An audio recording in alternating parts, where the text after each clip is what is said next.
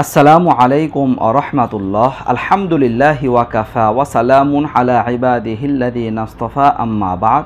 সুপ্রিয় দিনদার পরহেজগার মুতাকি ভাই ও বোনেরা, কাছের দূরের দেশ প্রবাসের যারা যেখান থেকে আজকের ভিডিওটি দেখতে আসছেন সবাইকে অসংখ্য ধন্যবাদ। দর্শক, খুবই কার্যকরী একটি আমল নিয়ে আপনাদের সামনে আজ হাজির হয়েছি।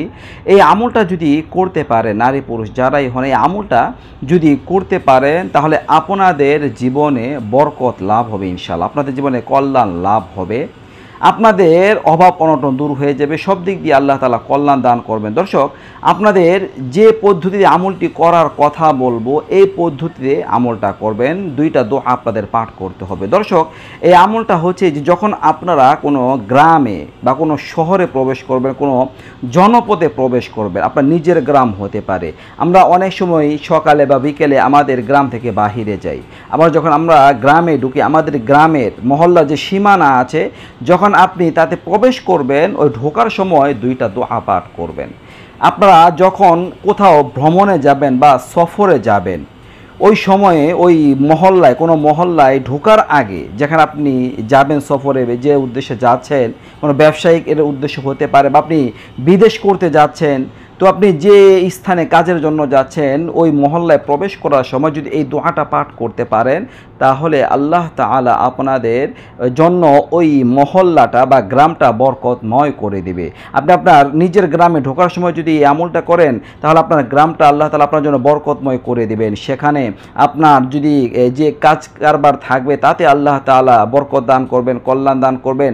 যদি ক্ষেত খামার থাকে, গ্রামে ফসলাদি থাকে, তাতে আল্লাহ তাআলা বরকত দান করবেন, উন্নতি লাভ হবে ইনশাআল্লাহ। যদি ব্যবসা প্রতিষ্ঠান থাকে তার মধ্যে আল্লাহ তাআলা আয় উন্নতি দান করবেন। দর্শক, আপনি আমলটা করে যখন আপনার নিজের মহল্লায় বা অন্য কোনো মহল্লায় প্রবেশ করবেন তাহলে সেখানকার মানুষ আপনার প্রতি ধাবিত হবে, মানুষের সাথে আপনার সুসম্পর্ক তৈরি হবে।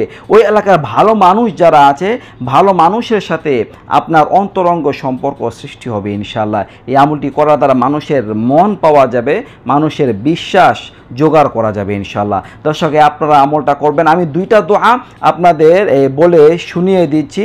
আপনারা কোনো মহল্লায় বা কোনো জনপদে প্রবেশ করার সময়, আপনার নিজের হোক বা অন্য কোনো মহল্লায় হোক, আপনি প্রবেশ করার সময় এই দুইটা দোয়া পাঠ করবেন ইনশাআল্লাহ। বন্ধুরা, দোয়া দুটা হচ্ছে, একটা এইটা আর একটা এইটা।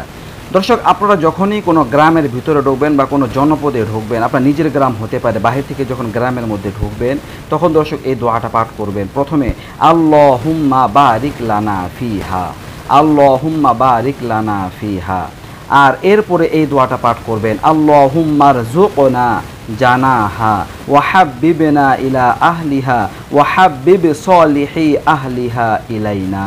এই দোয়াটা দর্শক, এই দুইটা দোয়া যদি পাঠ করতে পারেন তাহলে কি লাভ হবে? দর্শক, এখানে এর অর্থের মধ্যে বলা আছে আল্লাহুম্মা বারিক লানা ফিহা, এর অর্থ হলো হে আল্লাহ তুমি আমাদেরকে তাতে বরকত অর্থাৎ কল্যাণ দান করো, মানে এই গ্রামে কল্যাণ দান করো। আর এরপর এই দোয়াটা যদি পাঠ করি তাহলে কি লাভ হবে?